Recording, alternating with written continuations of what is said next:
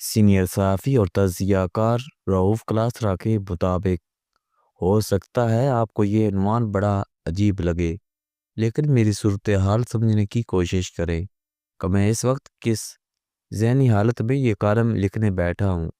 میں بھی کچھ دیر قبل سینٹ کی قیامہ کمیٹی برائے ماحولیات اور موسمیاتی تبدیلی کے اجلاس سے واپس آیا ہوں۔ یہ پہلی دفعہ نہیں ہوا کہ کسی کمیٹی اجلاس سے مایوس لوٹا ہوں، اگرچہ ہر دفعہ خود کو یہ تسلی دیتا ہوں کہ میرا کام جج، جیوری یا جلاد والا نہیں، میرا کام رپورٹر ہونے کے ناطے خبریں فائل کرنا ہے۔ میں نے عدالت نہیں لگانی، نہ ہی کسی کے خلاف فیصلہ دینا ہے، نہ ہی جلاد کی طرح کسی کے گلے میں پھانسی کا پھندا ڈالنا ہے۔ میں خود کو اپنے کام تک محدود رکھتا ہوں اور خوش رہتا ہوں، سٹریس اور اوور تھنکنگ سے بچا ہوا ہوں۔ میں سارے ملک کا ٹھیکیدار نہیں بنا کہ پورے ملک کا بوجھ میرے کندھوں پر ہے اور میں نے ہی سب کچھ ٹھیک کرنا ہے۔ میری اہلیہ اکثر مجھے کہتی ہے کہ تم روز ایسے 20 نئے دشمن بنا کر آتے ہو جنہیں تم جانتے تک نہیں ہو، اور بعد میں جیسے جب موقع ملتا ہے وہ تمہیں نقصان پہنچاتا ہے۔ لوگ بڑے لوگوں سے تعلقات بناتے ہیں، تم بنے بنائے تعلقات خراب کر آتے ہو۔ میں کہتا ہوں یہی میرا کام ہے جو میں نے خود اپنے لیے پسند کیا، اور مجھے اس پر کوئی پچھتاوا نہیں۔ میں اس کام میں خوش ہوں۔ ہاں، ایک نقصان ضرور ہوا ہے کہ اب اسلام آباد میں میری سوشل لائف ختم ہو گئی ہے۔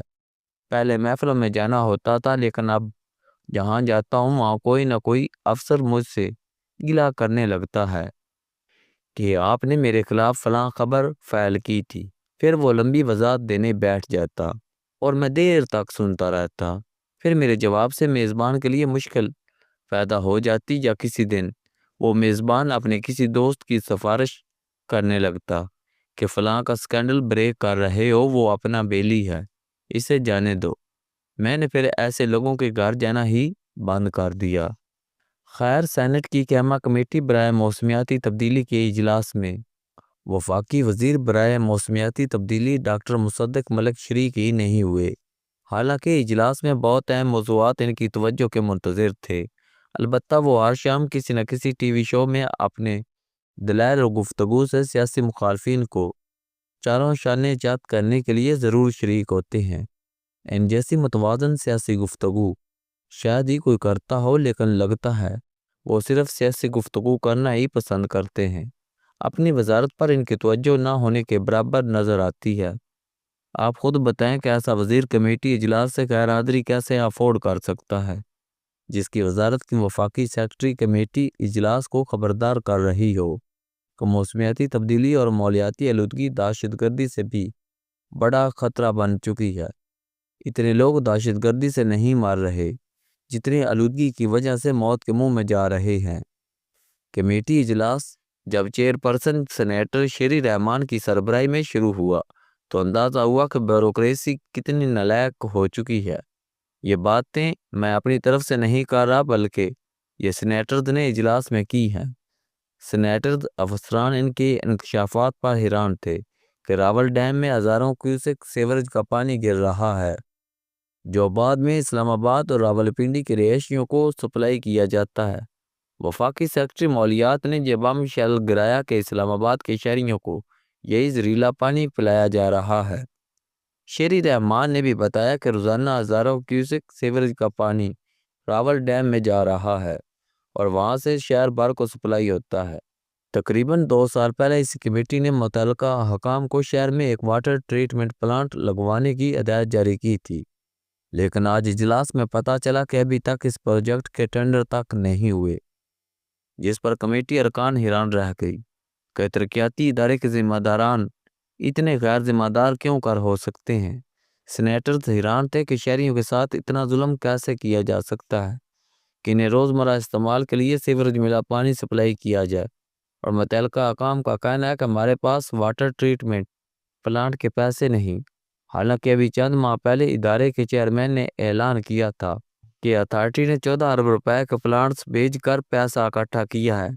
چند روز بعد اسلام آباد میں ایک اور پلانٹ بیچنے کا پروگرام ہے، وفاقی سیکرٹری مالیات اس بات پر حیران تھی کہ متعلقہ ادارہ پلانٹ بیچ کر بھی پیسے اکٹھے کرتا ہے۔ شہر میں ہر کونے خطرے میں انڈر پاس اور فلائی اوور بن گئے، لیکن واٹر ٹریٹمنٹ پلانٹ کا 2 سال سے ٹینڈر بھی نہیں ہو سکا کیونکہ پیسے نہیں ہیں۔ شری رحمان کا کہنا تھا کہ کیا واٹر ٹریٹمنٹ پلانٹ کے لیے چند کروڑ روپے بھی نہیں کہ اس سے غریب لوگ بیماریوں سے بچ سکیں۔ سیوریج ملے پانی کے استعمال سے ہیپاٹائٹس کا مرض پھیل رہا ہے، لوگ مر رہے ہیں۔ سینیٹر شری رحمان نے اجلاس شروع ہوتے ہی کمیٹی ارکان سے کہا کہ ہم پر دباؤ ہے، مسلسل شکایتیں آ رہی ہیں کہ چند ماہ سے شہر میں درختوں کی مسلسل کٹائی شروع ہے۔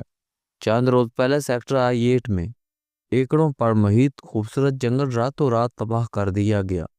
شری رحمان نے ترقیاتی ادارے کے چیئرمین کو طلب کر کے کہا کہ اسلام آباد کے درخت کاٹے جا رہے ہیں، پورے شہر کا سبزہ ختم کیا جا رہا ہے، شہر میں کیا ہو رہا ہے؟ مجھے روز لوگ سوشل میڈیا پر تصویروں اور ویڈیوز کے ثبوت سمیت ٹیگ کرتے ہیں، آپ لوگ اہم پروجیکٹس کے ٹینڈر نہیں کر پا رہے کہ پیسے نہیں، لیکن آپ کے پاس درخت کاٹنے کے لیے پیسے ہیں۔ سینیٹر شری رحمان نے اسلام آباد کی خوبصورتی اور سبزہ تباہ کرنے پر شدید چڑھائی کی۔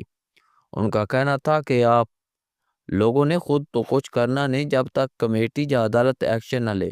اسلام آباد اور راولپنڈی کے لوگوں کو زہریلا پانی پلایا جا رہا ہے، آپ کر کیا رہے ہیں؟ 2 سال سے باننے سن رہی ہوں کہ فنڈز نہیں مل رہے، اگلے اجلاس میں مجھے جواب چاہیے ورنہ سخت ایکشن لوں گی۔ وفاقی سیکرٹری مالیات کا کہنا تھا کہ مالیاتی آلودگی اس وقت پاکستان میں دہشت گردی سے بڑا مسئلہ بن چکی ہے۔ وفاقی سیکرٹری مالیات کا کہنا تھا کہ مالیاتی آلودگی اس وقت پاکستان میں دہشت گردی سے بڑا مسئلہ بن چکی ہے اور ہمیں اس کا احساس ہی نہیں، پتہ نہیں ہم نے آنکھیں کیوں بند کر رکھی ہیں۔ ہم دنیا کے مالیاتی تبدیلی سے شدید متاثر 10 ممالک میں شامل ہیں، لیکن ہمارے ہاں کسی کو اس کی پرواہ تک نہیں۔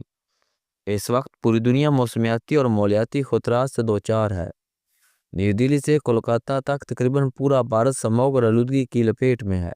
یہی حال ہمارے اکثر شہروں کا ہے، لیکن ہماری حکمران اشرافیہ کی دلچسپی ملاحظہ فرمائیں۔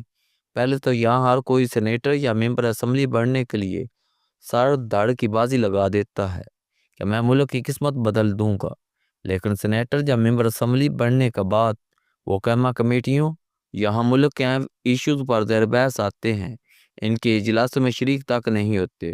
البتہ شام کو آپ کو ٹی وی شوز میں یہ لوگ باقاعدگی سے نظر آتے ہیں۔ اس وقت انتظامیہ نے ہاتھ میں کلاڑا پکڑا ہوا ہے، پورے شہر میں درختوں کی کٹائی جاری ہے اور کسی کو کوئی پرواہ نہیں۔ اگر یہ سلسلہ یوں ہی جاری رہا تو خدا نخواستہ اس شہر کا انجام بھی وہی ہوگا جو نیو دہلی کا سموگ اور آلودگی کے ہاتھوں ہو چکا ہے۔